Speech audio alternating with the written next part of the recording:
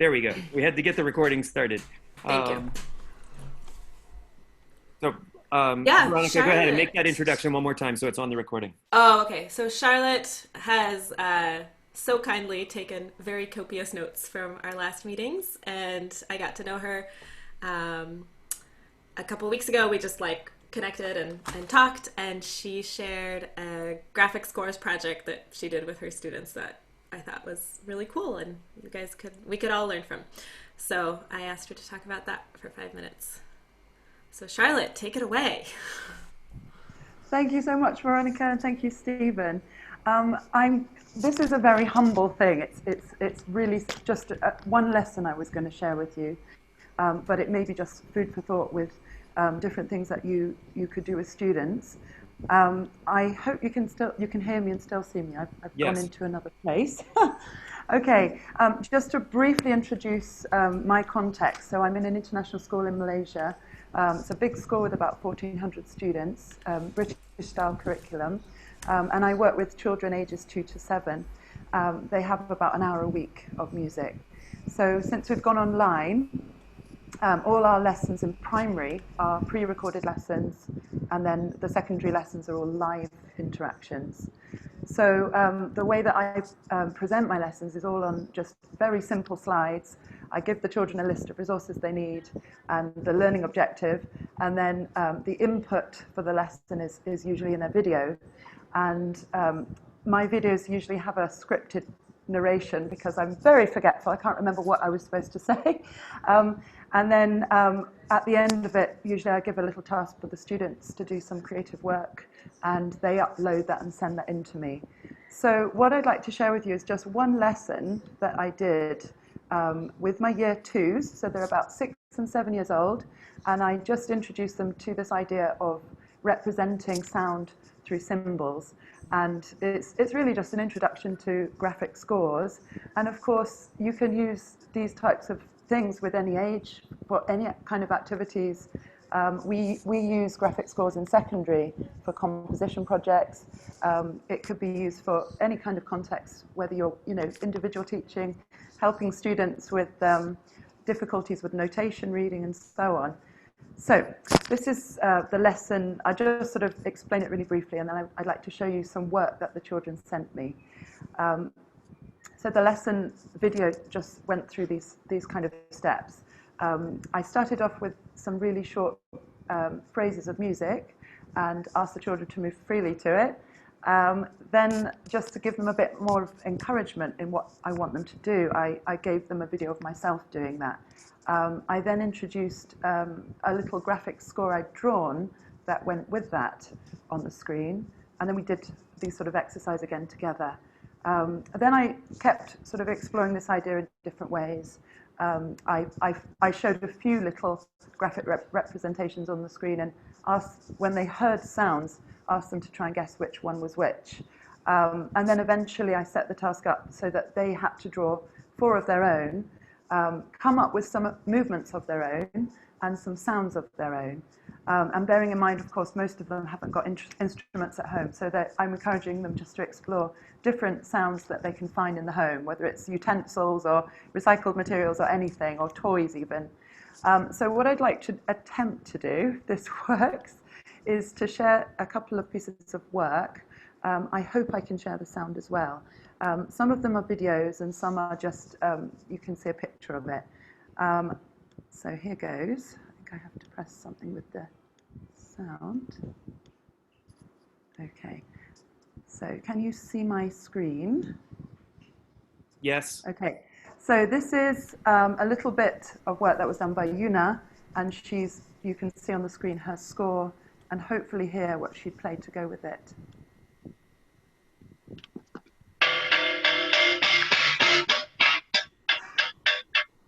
And this is the second bit.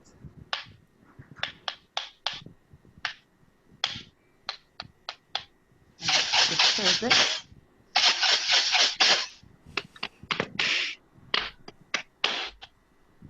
Okay, so you can sort of see she's got the idea of it, and it was quite accurate the way she'd actually played it. I was really impressed. I'll just quickly show you a couple of other examples. This one by Denise, I actually got sent a lovely video of her really enjoying herself moving, but I can't show you the actual video for child protection reasons. So what I've done is I've just grabbed the audio and the picture that she'd drawn. I just play you a little bit and then I'll tell you more about it.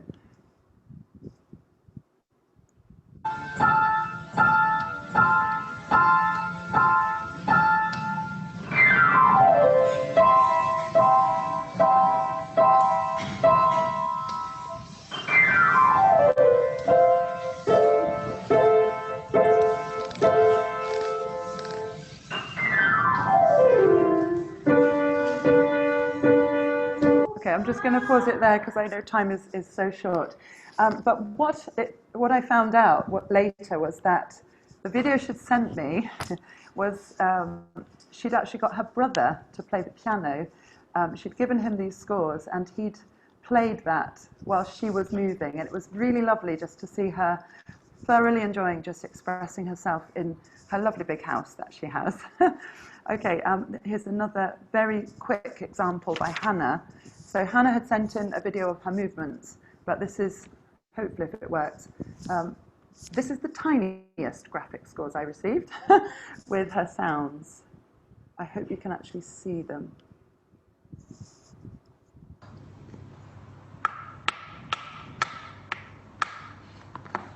And the second one.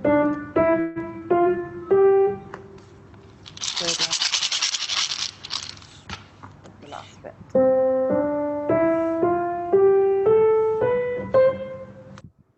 So quite an accurate representation, I thought, there. And her movements were delightful as well. One very last one, I think, but I won't play any video. This was Ella, who was this delightful girl from Mongolia with very little English. And she, as you can see from this picture, she'd drawn this really complicated score with about 5 lines on it, and she vocalized it, and each line had a different vocalization. And then the next part of the video was 4 more pages from this book, which were elaborate pictures with music. So it was absolutely delightful. It goes on. This is just one more, but I may have run out of time.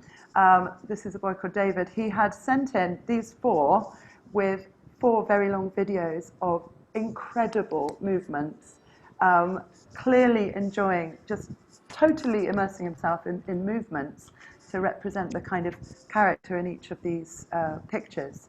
So I just thought it was very interesting the way that the children had responded differently and had engaged in different aspects of the activity. I'd left it very free. I hadn't really talked much about technical stuff, but they'd just gone away and explored and enjoyed themselves quite a lot.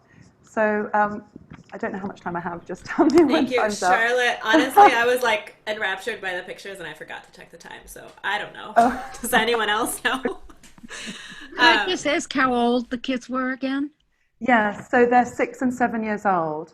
And I didn't mention this, but in our school we have an instrumental program. So from this year that they're in with me, they also learn violin, violas and cellos. So they're also learning to read music as well. But yeah, I guess that's probably about as much time as I have. Thank you. Thank you I guess very much. one question that immediately comes to mind is what came first for the students' work? Was it their movement and then they wrote it down in a score and then they made sounds, or did they make a score and then realize it? Like, how did you set that up? Well, I can only guess from what they sent in, because some of them only sent perhaps the movement part, some just sent the sounds, and some only sent the score. But in my instructions, I'd said, please draw the score first, and then try to realize it through, just explore through movement, and then try and put sounds with it. So, yeah, it was just interesting to see how they all responded. Yeah, thank you. I think, Stephen, it's okay maybe to take like 3 to 5 minutes to discuss this before we move on to... Absolutely. There's such rich work there. I'll just say, first of all, thank you so much, Charlotte. It's both wonderful to meet you and really wonderful to see the examples from your students. Really fun and exciting. I'll say that that idea of which one comes first how you set up the exercise, whether it would be led by the music or led by the score. I also, with my students, sometimes we get to a point where we lead with just the gesture in silence, and find really interesting things by intentionally directing the students to start it one way over another. I think a lot of my students seem to have a default where they first think of it one way, like their go-to would always be to make the sound first, and then they could draw pictures or do movement. And it's been some really rich interactions, asking them to go about it in the ways opposite of whatever their inclinations are. And with the younger students, I wonder if they have go-tos, or if they're just like, they just do whatever whatever they were asked to do and not think too deeply about it, which is really wonderful. So are there other questions or comments from the group? You can just Adriana says Yana, Charlotte, I have a question. Are the parents involved in a way or another? Well, it's interesting because I think with some you can see that there's a parent either recording with them, or they've actually, with one of them, I think they've edited the sound and the movement into a fancy video for me. But on the whole, the children they can follow the instructions or through the video themselves. But I think it really depends on each child. Some are happy to just go on and do it, and then they love to show off and send in their videos. So it's hard to tell exactly. You have to kind of guess. very, very good. Laura? Do you ever do it with kids younger than 6, or is that kind of the age you start at? Well, I do teach younger children, so I work with 2 to all the way up to 7. And I mean, I wasn't doing this particular lesson with the younger ones, but the way that I deliver lessons is slightly different with the online learning. I give them a lot shorter activities for them to do at home. Yeah. Good. I think we have time for 1 or maybe 2 more questions or comments. Anyone? Catherine? What, you have to unmute. There you go. I just wanted to add to that, the age question, that I have done, I guess, not something as complex as that, Charlotte, but, well, you saw at our summer school, the little activity I had with my 4-year-olds, a group of 4-year-old students who were listening to music and then drawing what they heard. So they listened to music and then they moved. And then the last step was to turn that into a visual representation on paper. And they were quite capable of doing that. They obviously weren't devising a whole creation from scratch themselves, but to take that step of putting something down on paper, even at the age of, I think they were all 4. Some of them were young 4-year-olds. That was quite doable for them. I just wanted to add into that. I've done that with as young as like 2.5, 3-year-olds. It's really something all kids can do at their level. Yeah. So I'm going to go on the other direction because I teach college, and I actually, Veronica, this is what I sent you about thinking about for the next meetup.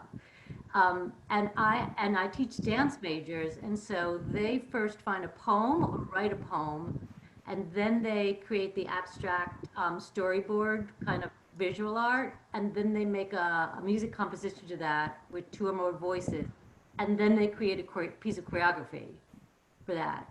And I have done it in all 4 multimodalities. All 4 modalities kind of mix them up. For the dance majors, I find that the dance at the end is the most beneficial for them, but I've also done it with visual art, which is really interesting because that is, that's where their strong point is. So that's where they want to focus. So I almost feel like the end product is the one that they end up spending the most time on because they have all the other things in their head already. But yeah, for my college students, it's a really interesting experience for them to go through all 4 of them. That's wonderful. I think we have time for 1 more. Bill Bauer in the chat. Charlotte, Bill has asked, can you speak to the ways the students express particular qualities of sound? In other words, each student seemed to be focusing their notation on different parameters like pitch, dynamics, texture. What did you take away from that? Were they given any guidance as to sort of what aspects of the sound to pay attention to? Actually, because it was more of an introductory lesson, I didn't focus too much on specifics. But in the little examples that I gave them to listen to and see on the screen and try to guess what I played, they were, things were happening with the pitch and dynamics and so on. So it was more just for them to explore and go by feel, and just it just seemed as though they'd done it quite naturally, maybe not realizing what it was they'd represented, but showing what it felt like. So it was just interesting. No, it's a wonderful place. This will, develop on with other lessons. Yeah. Yeah, obviously a wonderful place to begin and a great sort of exploration. And then you can refer to that now, for quite some time in the future, to go back and try to tear apart the things that they were already paying attention to. Well, thank you so much, Charlotte, for sharing with us. Thank you. I'm going to... Thank you for the opportunity. I think our next, the late night for the East Coast of the United States permits some good friends, Charlotte, and some friends from Australia to join us to present. And so we are excited to have the different time and some different people able to be with us on the call. Bill Bauer was in a bit of a conversation with Sandra Nash and with Joan Pope in Australia. And Sandra and Joan are old friends, good friends, have been to the States many times. We've also run into them at all the big conferences for many years. And we're just so pleased to have Sandra with us. One of the things that came up early in these meetups, I think this is our 6th already, which is kind of amazing. But in one of the early meetings, I think it was Beth Ann from England who first said, oh, well, obviously Heather Gell was this very famous Dalcroze teacher in Australia. And one of her sort of, one of the big things she's kind of known for was this series of classes that she taught over the radio. And so rather than saying anything more about it, I'll let Sandra introduce that a bit. But we asked Sandra if she might join us and tell us a little bit about Heather Gell and then anything else, Sandra, that you would like to include or share with us. Ladies and gentlemen, Sandra Nash. Sandra, you'll have to unmute when you're ready.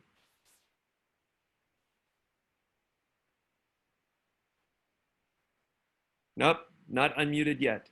Try one more time. There you are. All right.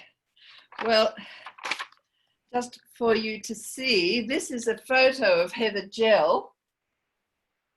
That's about 1936. She was having publicity photograph taken for the beginning of the radio broadcasts, very smartly dressed. She dressed up for the radio and she had a microphone above the piano and her book. She always had her lesson plan on the music stand. So there are photographs in the Sydney newspapers of Miss Gell, and she got a lot of press publicity when the whole thing started. But I'll just go back a little bit. But before I do so, could I just say, am I speaking too loudly? No, it sounds very clear. Very clear. Well, I'm glad, because that was one of the things that had to be very well done for radio broadcast. They didn't have very good reception. So she wrote about the importance of clarity of speech, not going too fast. And we'll come to a little bit of that later. But about her, she's from South Australia, and the important part is that she was a trained kindergarten teacher in Montessori methods. It was a 3-year training course in Adelaide, and she excelled at that. She also had an excellent piano teacher at the kindergarten training college. Back in those days, playing the piano was essential. And it turned out her piano teacher was English, and she had attended some demonstrations in London and had seen Jacques Dalcroze at work. And the Royal Academy of Music in London had two men on their staff, Stuart Macpherson and Ernest Reed. And they taught oral culture. They published books in music appreciation and oral culture. So ear training at that time was extremely important. And so when Ernest Reed went to Europe and saw Jacques Dalcroze in Hellerau, he was over the moon. So the Royal Academy people in ear training embraced Jacques Dalcroze's Eurythmics. And Ernest Reed became the musical director of the London School of Dalcroze Eurythmics. So you had this very close relationship between the culture of ear training, or what they called oral culture, and Dalcroze Eurythmics. And I think that's one of the reasons that it was so huge throughout the British Isles. The publicity was extraordinary. The Illustrated London News, if you've ever seen, it's a broadsheet. In one of their editions in the 1917 or 18, the central pages, the center spread was 10 big black and white photographs of people doing Eurythmics. And that was in the Illustrated London News, an international publication. I didn't know that until I did my thesis on Heather Gell. I saw this in the library in South Australia. I thought, no wonder there were thousands of people wanting to do this work. Anyway, Miss Gell did her training in London in the 1920s, 1921 to 23. And she went back again in the 30s to do her licentiate in oral culture with the Royal Academy of Music. And in order for her to promote herself in Adelaide, she got the support of the university, the Elder Conservatorium, because she was an expert in ear training. She was also an expert in eurythmics, and she was the only person in South Australia to have the qualification, the licentiate. We didn't have anything called certificate in those days. It was just the licentiate. Now, I'll try and follow my script now. While she was in London, amongst her teachers was the famous Ethel Driver, mistress of method. And she taught all aspects, but her big thing was the bones of the method, which she called it, which was the Dalcroze subjects. And Miss Gell had to write papers on all the subjects, a theoretical paper on every subject, and then a practical paper on every single subject. She had to collect her own musical examples, and I've got her papers. And the collection of her examples from her own music showed that she was playing Beethoven, Schubert, Schumann, Grieg, so many composers. Very rich. And then the second kind of paper on every subject was the practical paper, where you had to devise your own exercises, not anybody else's. You had to create your exercises for beginners, medium, and advanced level of difficulty. Those are extraordinary, all done in black ink with drawings and diagrams and floor patterns. It was intensely physical. I should add, she played hockey for South Australia. So she was a very keen sportswoman when she was young. Now, one of her other teachers was Anne Driver at the London School. She mainly taught improvisation, but it was Anne Driver who got the job for the BBC of broadcasting programs for children over the radio. These were so successful started in 1935. By 1941, nearly 12,000 schools across the British Isles were listening to her programs. 12,000 schools. A school may not have had a wireless set, in which case the children were taken to private homes in order to listen. Anyway, Miss Gell went to London a third time in 1937, and she listened to the broadcasts over the radio and took copious notes. I've got some of those notebooks. She also visited schools in order to observe the children moving. And she also took notes on that. You know, they're a bit spasmodic, very rushed and so forth, but quite understandable. And sometimes she say, very good, or she say, they didn't understand this. So she learned a lot by observation. And she was a wonderful improviser. She loved teaching children. She was very good at it. She was a director of a kindergarten in Adelaide before she did her Dalcroze training. So when the BBC, the ABC in Australia, our Australian Broadcasting Commission, was modelled on the BBC. And the authorities here, she was already well known to certain people in the ABC due to her cultural connections, you know, with the governor of South Australia and the high society, because she raised money for charity. So she had these social connections. She was invited to do the audition in London, and she got the job of creating and delivering music through movement programs in Australia. So it's interesting how it all happened, but she really was very well equipped to do it because of her Dalcroze background. At that time, she started broadcasting February 1939. The war broke out very soon after, you know, later that year. When her program was announced in the press, there was also a Cine Sound newsreel produced. So when you went to the cinema, you'd see the news, you know, before television. Annabelle remembers. Anyway, they featured new program of the ABC, Music Through Movement with Heather Gell, you know. So she got this enormous fanfare. So it was broadcast to most of the Australian states, except Western Australia, because they already had their own program going before that. Very successful. So Catherine's from WA, so she'll be very proud of that.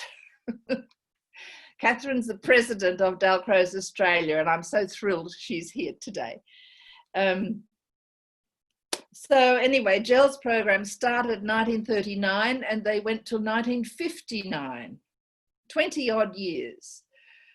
Radio was huge because that was a primary element in classroom education, health and hygiene, history, geography, even teaching singing over the radio. So much happened over the radio. Maybe there was the same in the USA, not sure. But in Australia, where we have so many isolated communities and farms, it was essential.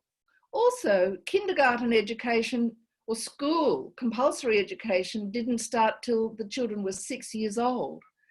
There was very little childcare, so mothers at home were very keen to have their children listen to radio programs.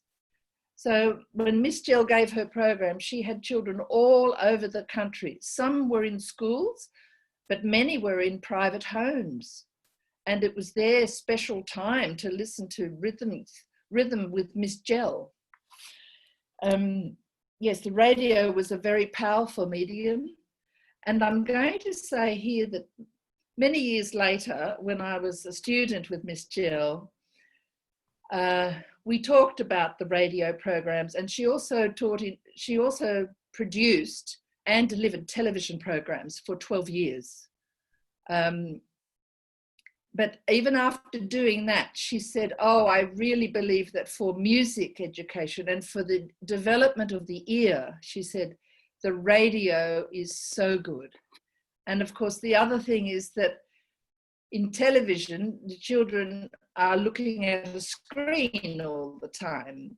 And she condemned television to a certain extent because it was passive, that the children were not because they'd be still looking at a screen. So, but with radio, the children in classrooms had this great big box on the wall, which was the wireless, and the teacher would be in the room controlling the volume or turning it on and off. The blackboard would be prepared with whatever graphics, like a crotchet or quarter notes and eighth notes with crotchets and quavers, tars and tates, or maybe some lines for when she did her lesson on phrasing. She had some free kind of lines, a little bit graphic, Charlotte, for the broadcast on phrasing. But she'd have maybe 30 to 40 children in a room moving around, and she issued these working conditions. And when in the working conditions, it was having a room that was clear of furniture. The children had to take their shoes off, and boys had to be dressed in shorts and a singlet, and the girls had to have loose clothes to move and to lift their knees. It was a very physical lesson that she would give. Sometimes they did the lessons in the playground on the hot asphalt because the groups were so large in the 1950s, the post-war boom. There were so many children in schools and not enough classrooms. Not every school had a hall. And so here was this broadcast coming over the loudspeaker in the playgrounds. I had lessons like that when I was at school, in primary school. I can still remember the Waltz of the Flowers by Tchaikovsky coming over the loudspeaker in the playground, and we were asked to dance, at the end of the lesson to the Waltz of the Flowers. I've never forgotten it. Anyway, I'll try and move on. Now, the relationship with Jacques Dalcroze is interesting because when Anne Driver gave her lessons for the BBC, Jacques Dalcroze was very upset, and he condemned what she was doing. And he said, my method cannot be taught by people giving a program over the radio. You must have the contact with the teacher. And so it was a very bitter dispute, unfortunately. And the relationship between Anne Driver and Jacques Dalcroze, I don't think it ever healed. It was a great shame because she was a brilliant teacher and very musical, very artistic, and delivered good lessons, So how did Jill manage to get away with it? I think the answer is flattery. She acknowledged that Jacques Dalcroze was her inspiration. And in all the little teachers' booklets that was sent out to all the schools, there was a photograph of Jacques Dalcroze, and she said, my teaching methods are based on the eurythmics of Jacques Dalcroze and the ear training of Ernest Reed. So she acknowledged her Geneva and English teachers. And she kept in contact with Jacques Dalcroze. She sent him photographs of her great pageants and theatrical works. And I've got a letter that he wrote back to her, and he's flirting with her. These are informal letters, but I mean, she flattered him, and he responded. So I think because he liked her, he was so thrilled at what she was doing. And she said, oh, because of your method, there are thousands of children in Australia doing music through movement. And she called hers music through movement. Anne Driver was music and movement. Anyway, I better move on. I forgot to turn my timer on.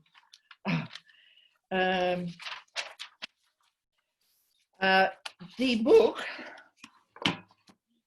we don't have any, it was very hard to get records of Jill's programs, but Joan Pope found a lot of lesson plans and they're reproduced in this book, which is on the Dalcroze Australia website. The lessons are short. For the young ones, they're only about 14 or 15 minutes long. She chose her words very carefully, very short instructions. And as Dalcroze teachers, we like to use equipment and materials because the children like to handle something tangible. They love to grab the lollipop drum. But she couldn't ask them to do anything with material. But the big thing in her lesson plans is the imagination. And with the radio, the child's imagination can just, you know, flourish. And that's what jumps off the page when you read these. Now, Joan's done a lovely commentary on the opposite page. You've got the lesson plan here and the commentary here. So that, and of course, what's missing, we can't hear Jill's brilliant improvisation, of course. We just have to remember. But she was so, her playing for movement was compelling. You couldn't help but move.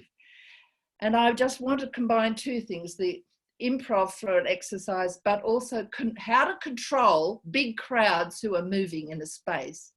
This may not be for Zoom, but after the period we're in now, if you've got a lot of little children moving, it's quite difficult to do movement where they don't bang into each other and fall down.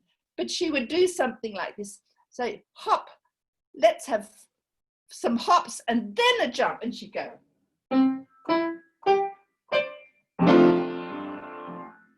Hop, hop, hop, hop, jump. Let's do it again.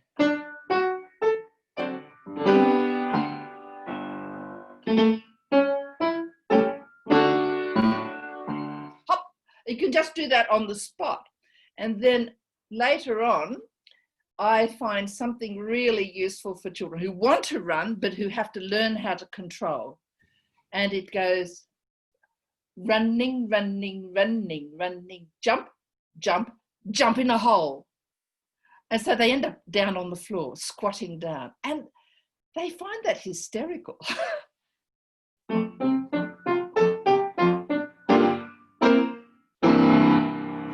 Running, running, running, running, jump, jump, jump in a hole.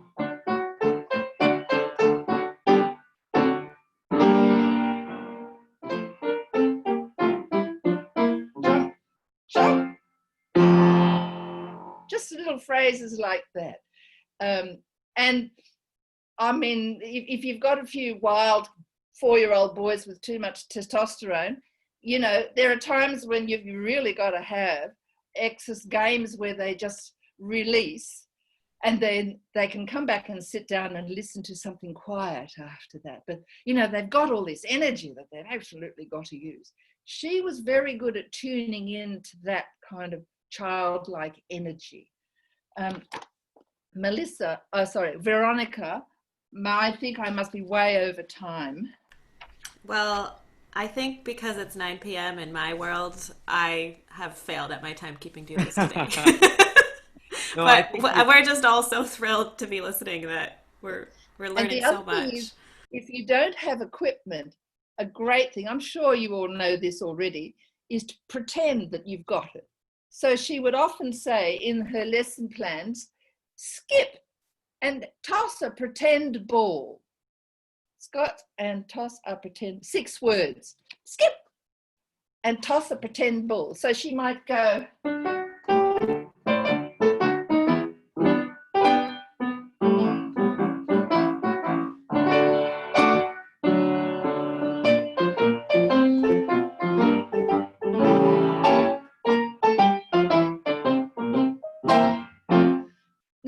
she can't see them. She got no idea what they're doing, but they're just trying it out. And then, you know, in my class, I would probably say, let's have those 4 people over there show us, or let's have those 4 people. So you give them a little turn. She gave the teachers booklets so that they could perhaps practice some things using a drum or singing a folk song to do those sorts of things. But using a pretend object is very, very useful because, you know, even in our Zoom situation, we can't, the children don't have, you know, instruments at home. They've got maybe broomsticks or, and the house is not suitable for having a ball in the bouncing all over the place. But I use a ball in my piano studio for conducting. And of course, to bounce a ball, skip, and she would say, bounce the ball on the strong beat. There was a lot of talk about the strong beat and the quiet beats. And there was no mistaking in the way she played so clearly. The children caught on immediately. And the other one I really like is the grasshopper, where it's about waiting until the music tells you to do something. So squat down on all 4s. You don't have to do it, but you know, I'm talking not on your knees. She said that in her instructions. It's in here somewhere. The grasshopper. Wait. And wait. And they do one big jump. Now, you don't really have to say very much.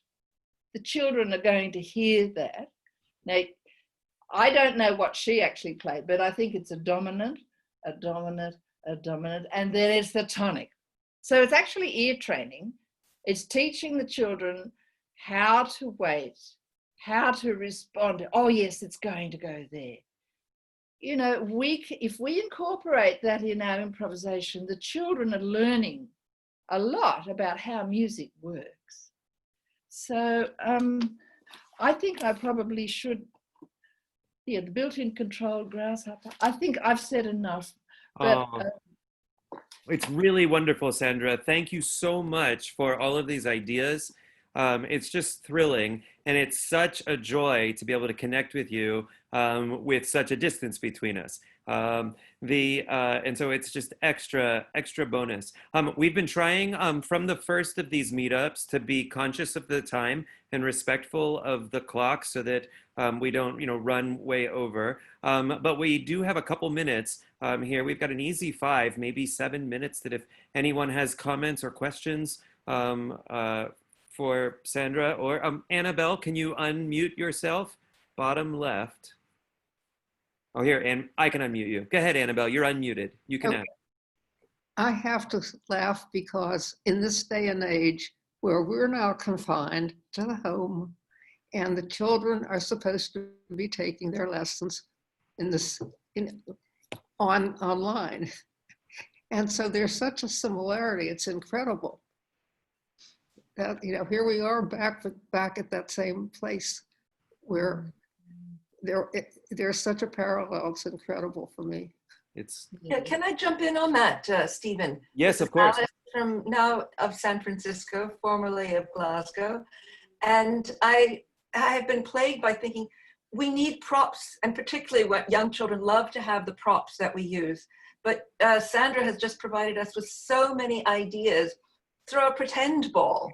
You can use pretend objects, and it's much safer in the house. And it also means that we don't have to share objects, because even when we do go back, I have the feeling, and I'm quite worried about this, that will be a germ phobia. Will children be allowed to hold hands? Will they be able to patch their hands? But you've given us a lot of ideas there of how to at least get by to a certain extent without any touching. So thank you so much for that.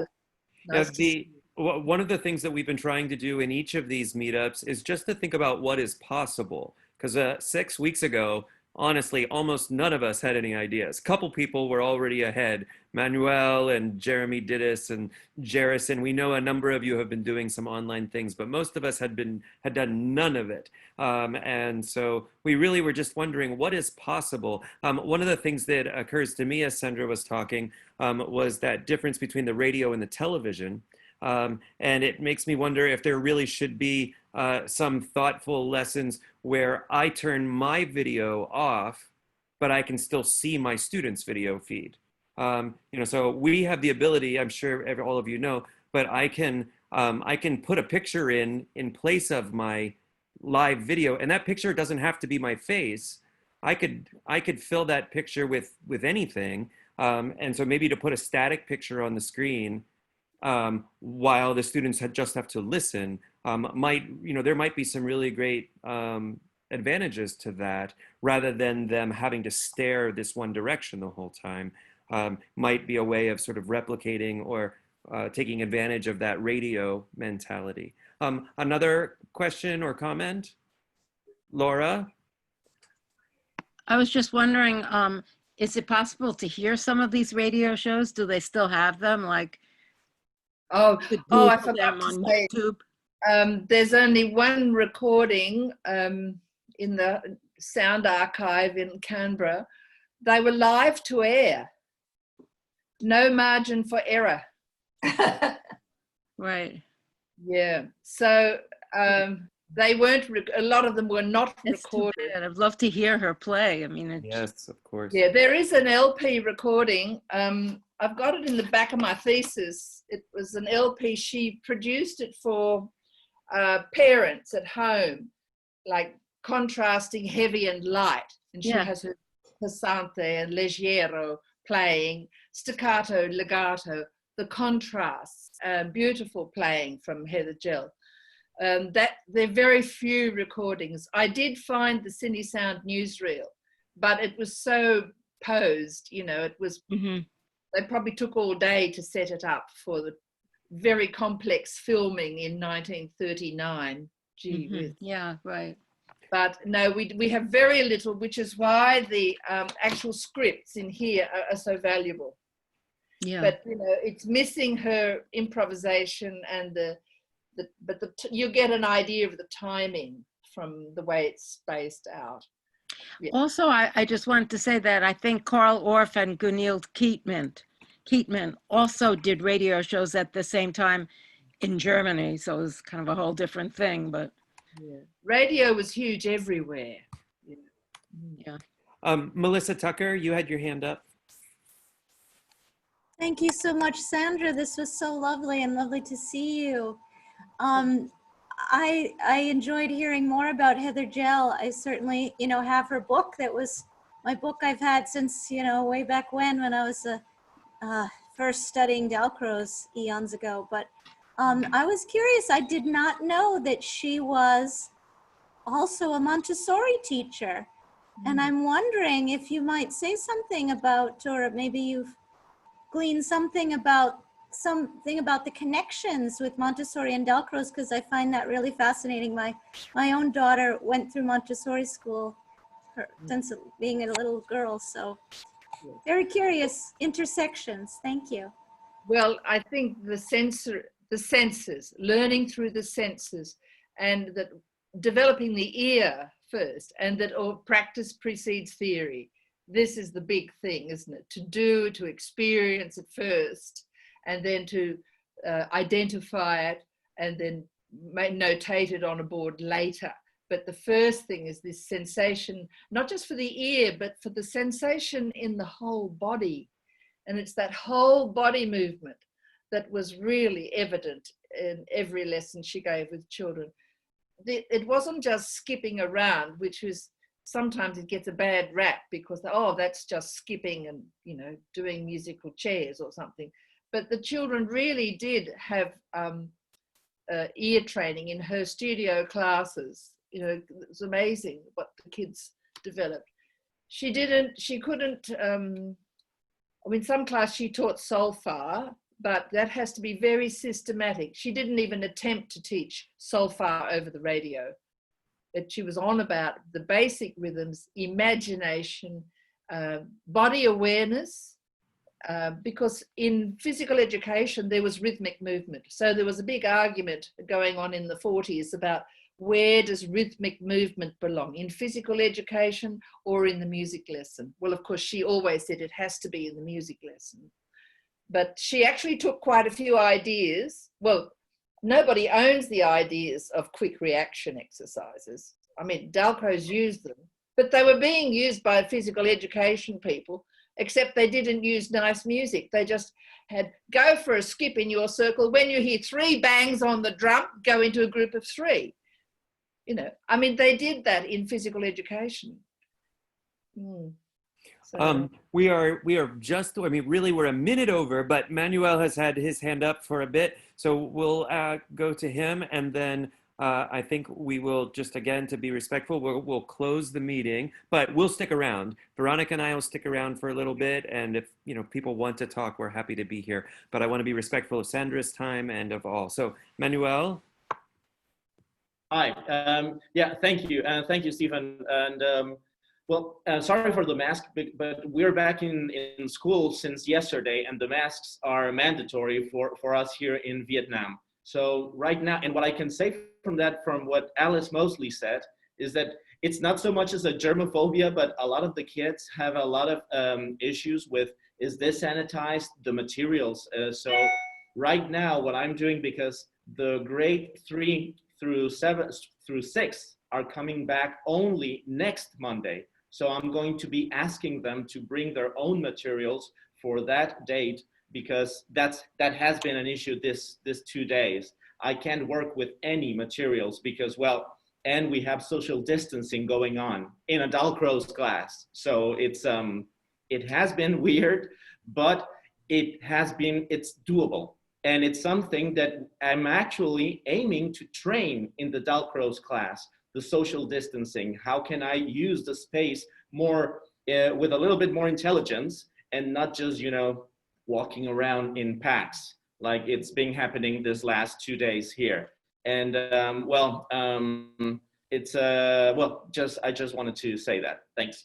Very good. And that's so interesting. Manuel, we will have to have you back at some point. We will schedule another one that will meet your timing, because we will be so interested to hear how your couple classes are going.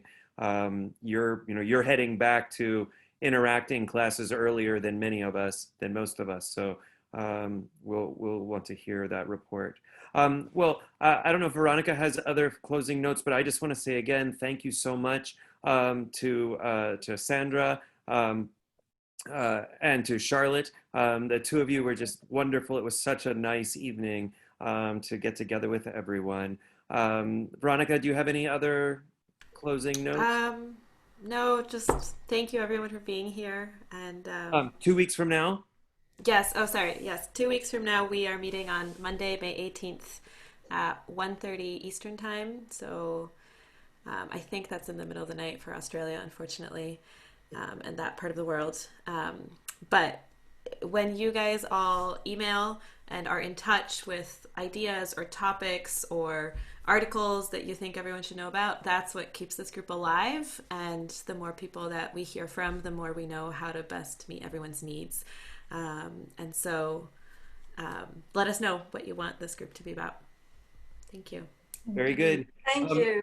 Thank you so much, everyone. We'll stick around for a little bit if anybody wants to say hi or has a couple more questions. Sandra, again, thank you for sharing with us. This was incredible. My Thank pleasure. you. My pleasure. Amazing. Yeah. Hi, Mallory Tab. I didn't see you click in. Nice to see you. Bye. Bye-bye. Bye, Sandra. Come back again. We will. Love to.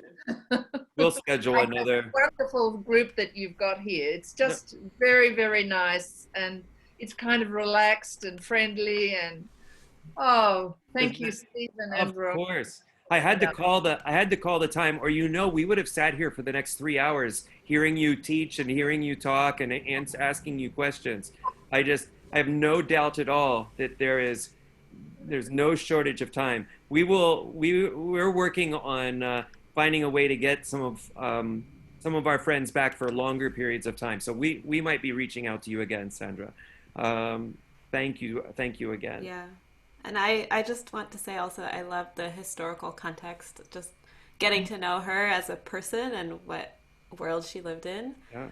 Sandra, is your dissertation published in a way that we can see it? No, I'm sorry. It's in the Institut Jacques Dalcroze library and the Dalcroze archives in Surrey, UK, and the conservatorium here. It's actually not online.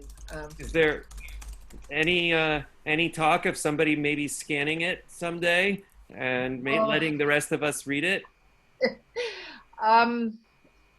There's no talk of that happening. I mean, I've given copies to Marie-Laure Bachmann on a thumb drive, and she's read it.